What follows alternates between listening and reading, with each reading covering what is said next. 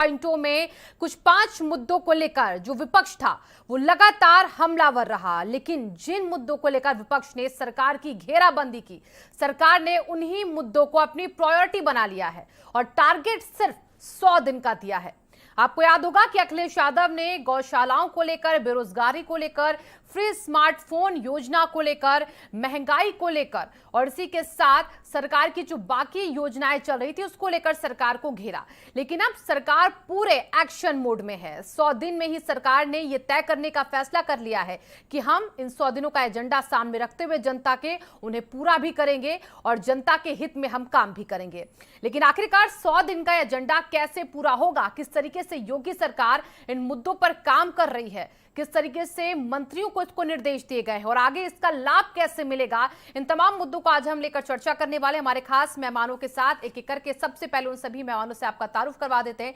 हमारे साथ प्रखर प्रताप सिंह, प्रवक्ता पीएसपी के हैं। प्रखर जी, आपका बहुत बहुत स्वागत है आज की चर्चा में हमारे। और कृष्ण मोहन पांडे जी बीजेपी के प्रवक्ता हैं, वो भी हमारे साथ जुड़ चुके हैं। आपका भी बहुत बहुत स्वागत है कृष्ण मोहन जी। संदीप त्रिपाठी, नेता कांग्रेस के, आपका भी बहुत बहुत स्वागत है संदीप जी। प्रदीप गोस्वामी, वरिष्ठ पत्रकार हैं, प्रदीप जी आपका भी बहुत बहुत स्वागत। और रुद्र प्रताप दुबे जी, राजनीतिक विश्लेषक हैं, रुद्र जी आपका भी बहुत बहुत स्वागत है। तो आज चर्चा हो रही है 5 बड़े मुद्दों की और सबसे पहले कृष्ण मोहन जी मैं आपके पास आ रही हूँ। आपने देखिए 100 दिन का एजेंडा दे दिया है। इन 100 दिन के एजेंडे में आपको 5 मुद्दों पर काम करना होगा। बुलडोजर, आवारा पशु, बेरोजगारी, फ्री राशन, स्मार्टफोन, टैबलेट वितरण। तो इन सब को लेकर जो अब योगी सरकार है वो किस तरीके से 100 दिन की रूपरेखा खींच चुकी है?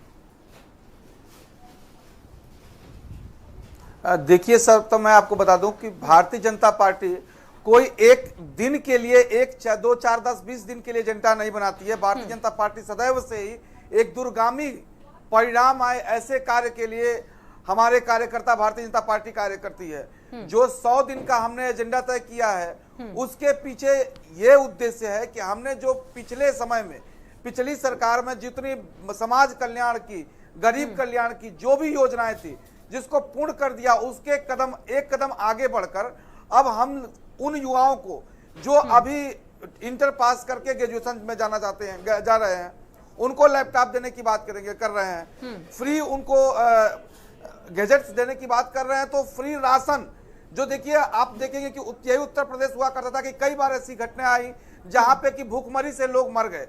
तो ये भूखमरी की कोई ऐसी व्यवस्था न उत्पन्न हो और उसके साथ साथ रोजगार, 10,000 जो रोजगार देने की हमने 100 दिन में बात की है वो तो एक मिनिमम है। अभी 10,000 से उसको बढ़ा के हम 50,000 के बीच में करने जा रहे हैं। तो निजी क्षेत्रों में भी, निजी क्षेत्र में, असंगठित क्षेत्र में भी एक बड़े स्तर पर रोजगार देने की बात कर रहे हैं। तो ओवरऑल लपोलू आप एक बात कह लें कि उत्तर प्रदेश को 100 दिन में एक रोड मैप जो तैयार किए हैं, उत्तर प्रदेश के लोगों को हम ये दिखाना चाहते हैं कि जिस तरह से आपने हमारे पर विश्वास किया है वो विश्वास आपका कायम रहेगा और आने वाले 5 वर्ष में उत्तर प्रदेश अब सिर्फ वो उत्तर प्रदेश नहीं रहेगा जो गुंडा, माफिया, भ्रष्टाचार और भुखमरी वाला उत्तर प्रदेश होगा। अब ये 5 वर्ष जो वो उत्तर प्रदेश होगा जो 5 वर्ष पूर्व में हमने विकास किया है उसके एक कदम आगे बढ़कर अब यहाँ पर रोजगार, इंफ्रास्ट्रक्चर, इन्वेस्टमेंट, सरकारी नौकरियां और खुशहाल उत्तर प्रदेश बनेगा। इसका एक परिदृश्य हम तैयार कर रहे हैं जिसका 100 दिन के अंदर एक रोड मैप बनाया है और 5 वर्ष के लिए आगे हम तैयारी कर रहे हैं। कृष्ण मोहन जी देखिए, रोड मैप बनाने के बाद उसको रीचेक करना भी जरूरी हो जाता है क्योंकि आप योजनाएं बना देते हैं, आप यहाँ पर उसको अमल में लाने की बात कर देते हैं, लेकिन कभी कभी जमीनी स्तर पर उन चीजों को पूरा करने से अधिकारी जो है वो बहुत दूर रह जाते। तो इसको भी क्रॉस चेक करना एक बड़ी चुनौती होगी आपके लिए, ये जो 5 बड़े मुद्दे। जी बिल्कुल, मैं आपको बता दूं, इसके पूर्व में जब 7 से 12 और 12 17 2 सरकारें रही, बसपा और सपा की, इन 2 सरकारों में जो सरकारी नौकरियों की बात कर ले हैं आप, तो मात्र 2,13,000 सरकारी नौकरियां दोनों सरकार मिलकर 10 वर्ष में दी पाई।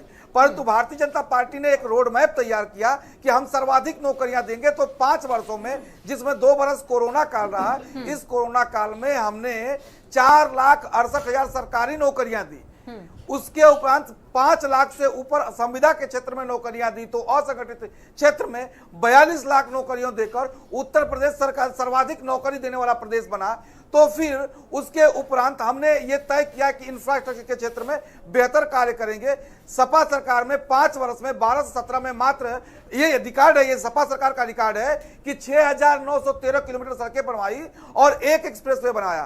परंतु भारतीय जनता पार्टी की 5 वर्ष की सरकार में 2 वर्ष कोरोना होने के बावजूद भी हमने 16,913 किलोमीटर नई सड़कें बनवाई लगातार आंकड़े अपने सामने रखते हैं और विपक्ष अपने आंकड़े सामने रखता है कि देखिए कितनी बेरोजगारी बढ़ रही है। हम काम करते हैं, धरातल को उतारते हैं। कृष्णमोहन जी सुनिए, आप अपने आंकड़े रखते हैं और विपक्ष अपने आंकड़े रखता है कि देखिए इतनी बेरोजगारी दर है और आप कहते हैं कि हमने इतने युवाओं को रोजगार दिया है, हमने फ्री राशन योजना को ऐसे बढ़ाया। ऐसे में बड़ी चुनौती हो जाती है आपका विपक्ष को समझाना भी।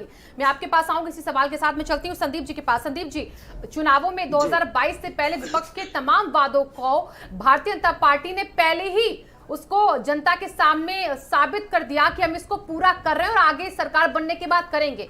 चाहे वो फ्री स्मार्टफोन, टैबलेट की बात हो, अब स्कूटी देने की बात भी बीजेपी सरकार कर रही है। अन्य योजना का तो आप जानते ही हैं, बुलडोजर को लेकर काफी सवाल खड़े हुए थे और इसी के साथ साथ अब देखें तो आवारा पशुओं को लेकर भी प्रधानमंत्री ने आश्वस्त कर दिया जनता को। तो ये बड़े मुद्दे, 5 मुद्दे जो हैं, इस पर यूपी गवर्नमेंट मुझे तो लगता है कि विपक्ष से ज्यादा आगे बढ़कर सोचने लग गई है। अच्छी बात है, प्रदेश के लिए सोचना चाहिए, लेकिन हमें याद रखना चाहिए कि यही सरकार है, जब योगी 1 की सरकार थी, 100 दिन में गड्ढे मुक्ति की बात की थी। आप भी जानते हैं, हम भी जानते हैं कि उस वादे का क्या हुआ था। 100 दिन तो छोड़िए, 5 साल बीत गए, क्या आज सड़कें गड्ढा मुक्त हो गई? नहीं हुई। तो बातें तो अच्छी अच्छी कर लेते हैं, इसमें कोई दो राय नहीं है। भाजपा बातें अच्छी अच्छी करेगी, इतना अच्छी करेगी कि चांद पे घर भी आपको दे देगी। मतलब कॉलोनी, अब इनका मतलब है कि सीधा सीधा एजेंडा समझिए कि अब कॉलोनी नहीं मिलेगी हमको। कॉलोनी का आंकड़ा इन्होंने पूरा कर दिया। कनेक्शन जो उज्ज्वला योजना थी वो खत्म, अब वो नहीं, सिलेंडर नहीं मिलेगा, सबको दे दिए इनके हिसाब से। इनके हिसाब से इन्होंने सब जगह लाइट पहुंचा दी, अब लाइट नहीं मिलेगी, वो सब एजेंडे से बाहर हो गए। आप मतलब गुमराह कैसे करते हैं? नहीं संदीप जी, आप कह रहे लाइट नहीं मिलेगी, उज्ज्वला योजना का लाभ नहीं मिलेगा, मतलब ये कैसे नहीं मिलेगा? क्या बीजेपी सरकार ऐसा कह रही कि हम लाइट नहीं देंगे? अब क्या ऐसा कह रही कि हम सिलेंडर नहीं देंगे? आपकी बात का काउंटर करने के लिए बैठे कृष्णमोहन जी, जल्दी से काउंटर कीजिए इस बात का, फिर मैं आगे बढ़ूंगी। हमारे मित्र कह रहे हैं कि हम कॉलोनियां नहीं देंगे। इनके 5 वर्ष की जो कॉलोनियों का आंकड़ा है, सुन लीजिए, मात्र 1,84,000 लोगों को ये 5 वर्ष में सरकारी नौकरी और सरकारी कॉलोनियां दिए थे, आवास दिए थे। और भारतीय जनता पार्टी की सरकार ने 56 लाख परिवारों को हमने आवास दिया है, 15 करोड़ लोगों को भोजन दिया। और इन्होंने कहा उज्ज्वला की बात, उज्ज्वला के हमने सर्वाधिक हर घर में उज्ज्वला देने का काम किया है और आने वाले समय में यदि जरूरत पड़ी तो हर परिवार को उज्ज्वला देंगे। और फ्री राशन के साथ साथ हम स्वास्थ्य बीमा भी जो दिए हैं उस आंकड़े को और बढ़ाने जा रहे हैं। देश के हर एक नागरिक को बेहतर स्वास्थ्य, बेहतर शिक्षा, बेहतर आवास और भोजन की व्यवस्था करने जा रहे हैं और कर रहे हैं। इनका आंकड़ा है 1,80,000 का और हमारा आंकड़ा है 56 लाख का। ये कहीं टिकते नहीं है। ये वो लोग हैं जो सिर्फ कहते हैं भारतीय जनता पार्टी करके दिखाती है। चलिए ठीक है, मैं आती हूँ आपके पास, मैं प्रखर जी के पास आ रही हूँ। संदीप जी, अभी मैं प्रखर जी का रुख कर रही हूँ, अभी मैं प्रखर जी के पास चलती हूँ। प्रखर जी, 5 बड़े मुद्दों का बार बार देखिए आप जिक्र सुन रहे हैं, मैं बार बार बता रही हूँ सभी मेहमानों को, इन 5 बड़े मुद्दों पर जो बीजेपी ने अब एक एजेंडा सेट कर दिया कि 100 दिन में हमें इसे पूरा करना है और एक्शन में हमें दिख भी रही है योगी 2.0। हम लगातार तस्वीर देख रहे हैं कि कई स्वास्थ्य मंत्री जाते हैं अस्पतालों का, यहाँ पर भ्रमण करते हैं, वहां पर खामियां देखते हैं, वहां पर डांट पड़ती है, तुरंत व्हील चेयर तुरंत नहीं मंगाई जाती हैं। तो ऐसे मुद्दे जो हैं वो जो लगातार 2017 से 22 तक चले, उनको बीजेपी दूर करने का काम कर रही है, जमीन पर दिखने लगा है वो। तो आपको लगता है कि 100 दिन में बहुत आसानी से इसे पूरा कर लिया जाएगा ऐसे अगर काम होता रहा? देखिए, हमारा ये मानना है कि आवारा पशु एक बड़ा मुद्दा था, अगर सरकार उसके लिए काम कर रही है, क्योंकि हमारे किसान भाई परेशान थे उससे, तो ये स्वागत का विषय है। मगर 100 दिन के अंदर अगर ये सारे मुद्दे पूरे कर ले, जैसे आपने कहा स्वास्थ्य समस्याएं, तो बहुत सारी समस्याएं हैं और सरकार का यही काम है। सरकार को लोगों ने इसीलिए ही चुना है कि इन समस्याओं को दूर करे। अगर वो इस तरीके से काम करती, 100 दिनों में पूरा करती है, तो ये स्वागत योग्य है। और एज ए अपोजिशन एज हम यही कहेंगे कि जिन मुद्दों पर सरकार काम नहीं करेगी उसका हम विरोध करेंगे। हम जनता के लिए खड़े हुए हैं और जनता के लिए बोलेंगे। प्रखर जी, आप मतलब विपक्ष में ही रहेंगे आप अभी? आज की अगर हम बात करें तो आज हम एक इंडिविजुअल पार्टी है और अगर सरकार सही काम नहीं करेगी तो उसका मैं विरोध करूंगा, क्योंकि जनता के साथ हम हैं। जनता की हम बात सुनते हैं, जनता के लिए खड़े होते हैं। अगर सरकार जनता के लिए अच्छा काम करेगी स्वागत करेंगे। मुलाकात कर रहे हैं शीर्ष नेतृत्व से बीजेपी के, तो मुझे लग रहा है कि कहीं ऐसा ना हो कि आप बहुत जल्द आके कृष्ण मोहन जी के साथ बैठकर ही डिबेट करने लग जाए, उन्हीं के सहयोगी बनकर। ऐसा तो नहीं होगा? देखिए, हमारे जो राष्ट्रीय अध्यक्ष है उनसे मुझे लगता है इस देश का हर नेता उनको जानता है, उनसे मुलाकात होती है। आने वाले समय में क्या होगा ये तो मैं आज नहीं बता सकता, मगर अगर रही बात जनता की, तो जनता के लिए हम हमेशा खड़े हुए हैं। चाहे लखीमपुर का मुद्दा हो, जब सब लोग अपने घरों में बैठे हुए थे तो हमारे नेता सड़क पर थे, जा रहे थे, उनको रास्ते में गिरफ्तार कर लिया गया। हमने हर उस मुद्दे का विरोध किया जहां सरकार ने काम नहीं किया, और हम हर उस मुद्दे का सपोर्ट करते हैं जहां सरकार अच्छा काम करती है, उसका स्वागत करते हैं। चलिए, बैलेंस मैं समझूं कि आपकी बातें भी यहां पर मुझे नजर आई है। प्रदीप जी, मैं आपके पास आ रही हूं। आप वरिष्ठ और आप देख रहे हैं कि सरकार ने 5 साल में कितना काम किया है। अब जैसा कि सरकार घोषणा पत्र को लेकर भी कह रही है कि हमने 90% वादे पूरे किए, जो 10% रह गए मुझसे आगे पूरा करेंगे। पहले हम 100 दिन का एजेंडा बनाएंगे, आगे हम इसको और बढ़ाते रहेंगे, और ऐसे में हम तमाम योजनाओं को, और सबसे पहले इन 5 योजनाओं को जो विपक्ष घेराबंदी करता रहा उसको प्रायोरिटी में ला रहे हैं। तो इसको कैसे देख रहे हैं आप? शिवानी जी, देखिए, जिस ढंग से भारतीय जनता पार्टी का एक ये अन्य दलों से कहीं ना कहीं आप इसको अलग देख के या अलग नजरिए से भारतीय जनता पार्टी को देखा जाना चाहिए। भारतीय जनता पार्टी का अपनी एक कार्यशैली है, हर चीज की अपनी एक रणनीति बना के और कार्य योजना, या कोई भी, चाहे वो चुनाव का हो, चाहे वो आपके सरकार के गठन का हो, या चाहे हर चीज पर विचार विमर्श करने के बाद एक टाइमलाइन तय कर देती है बीजेपी कि हमको ये करना है। या चुनाव का भी तो उन्होंने कर दिया कि प्रचार का ये समय रहेगा, हमारे कार्यकर्ता इससे जाएंगे, इस ढंग की उसकी कार्य योजना रही है, या उस ढंग की उसकी एक रणनीति रही है। तो जो योगी जी ने जिस ढंग से इन 5 कार्य योजनाओं के लिए 100 दिन का समय निर्धारित किया है, मुझे लगता है कि उसके लिए उन्होंने काम करना शुरू कर दिया। और उसके बाद तत्काल ये घोषणा के बाद उन्होंने सारे अधिकारियों और मंत्रियों की बैठक ही बुलाई, और उसके बाद उनको ये निर्देशित किया कि हमको ये जो हमारी सरकार की प्राथमिकता है, 5 कार्य योजनाएं हैं, इनको 100 दिन में पूरा होना चाहिए।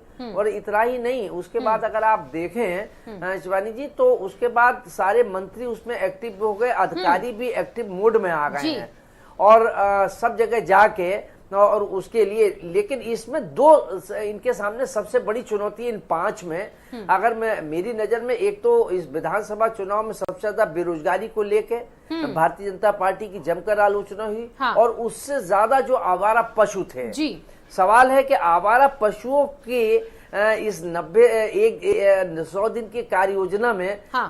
कैसे सारी व्यवस्थाएं होंगी, ये एक थोड़ा सा मुझे इसमें जरूर है कि उसको एक प्रदेश व्यापी बड़ा प्रदेश है, वहां पर 100 दिन में इसका कार्य योजना को पूरा नहीं किया जा सकता है। अभी एक बहुत अच्छा शिवानी जी इसमें एक सुझाव आया था, जो चौकीदार हैं प्रदेश के, वो चौकीदारों ने एक उसमें डिबेट में था, उन्होंने कहा कि अगर हम लोगों को इन गौवंशों की जो आवारा पशु है इनकी जिम्मेदारी दे दी जाए तो नए लोगों को भी नहीं रखना पड़ेगा, और हम उसमें उन लोगों की बेहतर कर सकते हैं अगर हमारी थोड़ी सी तनख्वाह।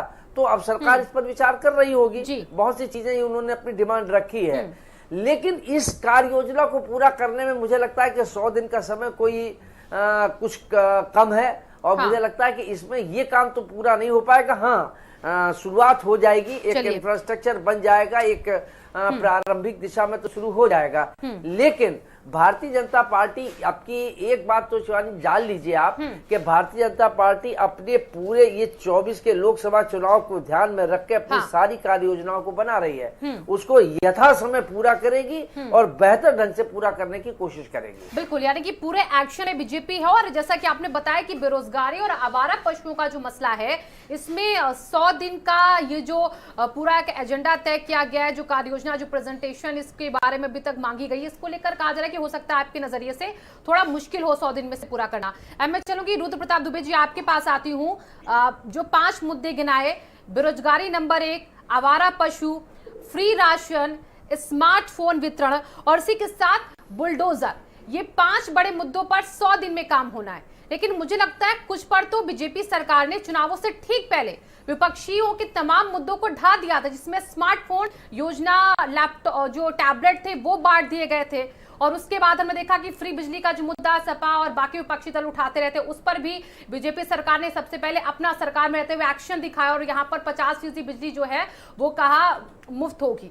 अब ये सारे जो पैंतरे बीजेपी ने चुनाव से पहले अपनाए, इसका फायदा मिल गया उनको, हमें लगता है। और इसके बाद आगे कैसे और इसको लेकर आगे बीजेपी काम करती है, आपको लगता है कि दिखेगी और तेजी से? शिवांगी जी, एक नागरिक के तौर पर अगर मेरे राज्य की सरकार प्रशासन को चुस्त दुरुस्त करने के लिए और राज्य की बेहतरी के लिए कोई टाइम बाउंड काम करती है तो मैं हमेशा स्वागत करूंगा। ये आवश्यक भी है, प्रशासन के लिए भी आवश्यक है, नेताओं के लिए भी आवश्यक है और वो जो मंत्री बने हैं उनके लिए भी आवश्यक है। यहाँ पे एक जरूरी चीज है, इन 100 दिनों का कार्ड अपने मंत्रियों को भी पेश करना पड़ेगा, उन्हें भी रिपोर्ट कार्ड देना पड़ेगा कि उनकी विभागवार समीक्षा की जाएगी 100 दिन की कि वो कितना काम कर पाए हैं। इन 5 मुद्दों के अलावा 100 दिन में 1 लाख प्रधानमंत्री आवास बनाने की भी घोषणा हुई है। इन 100 दिनों में हर विभाग को 2 पक्ष सम्मिलित करने को कहा गया है, जिसमें एक आर्थिक पक्ष है, एक व्यवहारिक पक्ष है। शिवांगी जी, आपने 5 मुद्दों की चर्चा की, आपने फ्री टैबलेट और स्मार्टफोन की बात की। मुझे लगता है ये जरूरी मुद्दा है। इसलिए जरूरी मुद्दा है कि विपक्ष के नेता अखिलेश यादव ने 22 लाख युवाओं को आईटी में रोजगार देने की बात कही थी। मुझे लगता है भारतीय जनता पार्टी को लोकसभा से पहले इंटरनेट के महत्व को समझना ही पड़ेगा। आईटी एडवाइजर एक ऐसी पोस्ट है जो बेहद जरूरी है इतने वक्त। आपका नगर निगम से लेकर हॉस्पिटल तक और ऑनलाइन एजुकेशन से लेकर डेटा एंट्री तक सब काम आपका इंटरनेट से हो रहा है। साइबर फ्रॉड के मामले जिस तरीके से बढ़ रहे हैं, मुझे लगा इंटरनेट के क्षेत्र में न केवल पाठ्यक्रम में शामिल करना पड़ेगा बल्कि इंटरनेट एडवाइजर या आईटी एडवाइजर की पोस्ट भी हर जगह इनको क्रिएट करनी पड़ेगी। ये एक जरूरी चीज है। तीसरा मुद्दा जो सबसे जरूरी है, जिसको हर कोई डिस्कस कर रहा है, निराश्रित पशुओं का। वो उस मुद्दे पे भारतीय जनता पार्टी उसी क्षण से आगे हो गई थी शिवांगी जी, जब प्रधानमंत्री जी ने खड़े होकर कह दिया था कि इस पे कार्रवाई होगी। प्रधानमंत्री जी की क्रेडिबिलिटी इतनी ज्यादा है कि लोगों ने भरोसा किया। अब डिलीवरी करने का समय है, किस तरीके से हो पाएगा उसे हमें देखना होगा। प्रमोद जी ने अच्छा बात कही चौकीदारों के लिए, लेकिन मुझे लगता है वो थोड़ा सा मानदेय बढ़ाने पे ही संभव होगा, क्योंकि इतने वक्त चौकीदार अपने वेतन मान को लेकर बहुत खुश है नहीं। तो राज्य सरकार को उस पक्ष भी सोचना होगा। और 100 दिन का कार्य योजना, मुझे लगता है ये कार्य योजना को पूरा करने का नहीं है बल्कि प्रगति चेक करने का। विभागवार समीक्षा की जाएगी और प्रगति चेक की जाएगी कि 100 दिन में कितना काम हो पाया है। शिवांगी जी बिल्कुल। अब मैं चलूंगी कृष्ण मोहन जी, आपके पास आती हूँ। आपने सुना कि आपके लिए आवारा पशुओं का मुद्दा बहुत बड़ा मुद्दा बना था इस बार चुनावों में, और अभी जैसा कि प्रदीप गोस्वामी जी ने भी कहा है कि 100 दिन में इस मुद्दे को आपको अगर पूरा करना है, इस पर अगर आपको काम करना है, अगर इसको प्रायोरिटी बनाना है, तो इसमें आपको तमाम जो है वो उतार चढ़ाव जो रहे उसको देखना होगा। चौकीदार का जिक्र किया अभी यहाँ पर हमारे वरिष्ठ पत्रकार जी ने, उन्होंने कहा कि अब चौकीदारों का मानदेय बढ़ाइए, क्योंकि वो कह रहे हैं अगर हमें जिम्मेदारी दी जाएगी तो हम बेहतर से इसको और आगे कर पाएंगे। तो इसको लेकर आप क्या समझ रहे हैं, जो अभी आप यहाँ पर प्लान ला रहे हैं, क्या वो काफी होगा आवारा पशुओं को लेकर जो आपकी अभी कार्य योजना बन रही है, या फिर इस पर आप गौर करेंगे आगे और भी? सबसे पहले बता दूं कि शब्दों का बड़ा खेल होता है जी। भारतीय अन्य विपक्ष के लोगों को ये आवारा पशु हैं और आवारा का कोई घर नहीं होता, परंतु भारतीय जनता पार्टी के लिए वो गोवंश है, वो हमारा धन है, गोधन है, गोवंश गोधन है। भारतीय जनता पार्टी के लिए उस धन की सुरक्षा करना है हमारी जिम्मेदारी, और इसके लिए हमने जो एक संकल्प, भारतीय जनता पार्टी जो संकल्प लेती है उसको सिद्ध करती है। संकल्प से सिद्धि की एक जो परिकल्पना है भारतीय जनता पार्टी की, उसको लेके हम आगे बढ़े और सेवा ही संगठन हम उन गोवंश की सेवा करेंगे। उसके लिए हमने जो रोड मैप तैयार किए हैं वो बेहतर ढंग से, जो अभी कुछ ऐसे लोग थे जो अपने पशुओं को छोड़ देते थे, हम जनता से आग्रह करेंगे कि हम अगर गौशाला बनाने जा रहे हैं, उन गौशालाओं में आप अपने यदि नहीं पाल सकते हैं तो दीजिए, हमारे यहाँ उसको पाला जाएगा, भोजन पानी का बेहतर दिया जाएगा उनको, और उनसे वो जो गोधन है, गोवंश है, उसको गोधन के रूप में हम निकालेंगे, उनसे दूध या अंधेर जैसी व्यवस्था है जिसको आगे बढ़ने का प्रयास करें, उनसे कंपोस्ट बनाने का काम करेंगे। भारतीय जनता पार्टी और उत्तर प्रदेश सरकार ने रोड मैप तैयार कर लिया है, तो हमारे लिए वो आवारा पशु नहीं है, वो गोवंश है, गोधन है, हमारी ये वो धन है। दूसरी बात, हमारे मित्र ने कहा कि आईटी सेक्टर की बात करते थे समाजवादी पार्टी के आदरणीय अखिलेश जी, उनका आईटी सेक्टर जो था वो इनकम फ्रॉम टेरर था, अपराध की इंडस्ट्री वो लगाना चाहते उत्तर प्रदेश में, पर तो भारतीय जनता पार्टी का आईटी जो है वो है जो संचार क्रांति लाएगी। हम युवा, हमारे उत्तर प्रदेश और देश के युवा जिस तरह से हम सॉफ्टवेयर के क्षेत्र में बहुत अग्रणी हैं, उसी तरह से इंफॉर्मेशन के क्षेत्र में भी भारत दुनिया का अग्रणी बने और उसका अगुआ उत्तर प्रदेश बने, इस परिकल्पना के साथ हम अपने युवाओं को स्मार्टफोन टैबलेट देने की बात कर रहे हैं और उस पर हम आगे बढ़ रहे हैं। स्मार्टफोन टैबलेट का जिक्र किया आपने कृष्ण मोहन जी, निश्चित तौर पर चौकीदारों के जी मैं ये कह रहा था कि चौकीदारों का जो वेतनमान है उसको बढ़ाने के लिए भारतीय जनता पार्टी और पूज्य योगी आदित्यनाथ जी की सरकार ने एक कमेटी बनाई है, आगे बढ़ रही है और उस पर हम आगे बढ़ेंगे, निश्चित तौर पर वो बेहतर होगा। चलिए ठीक है, उत्तर प्रदेश मैं चर्चा को स्मार्टफोन और टैबलेट की बात हम कर रहे हैं के जरिए ही आगे बढ़ाऊंगी, लेकिन अभी वक्त है एक छोटे से ब्रेक का। छोटे से ब्रेक के बाद जब वापस आएंगे तो चर्चा करेंगे कि आखिरकार योगी 2.0 स्मार्टफोन और टैबलेट को लेकर क्या कुछ करेगी अब आगे के 100 दिनों में। एक छोटे से ब्रेक ले रुकेंगे।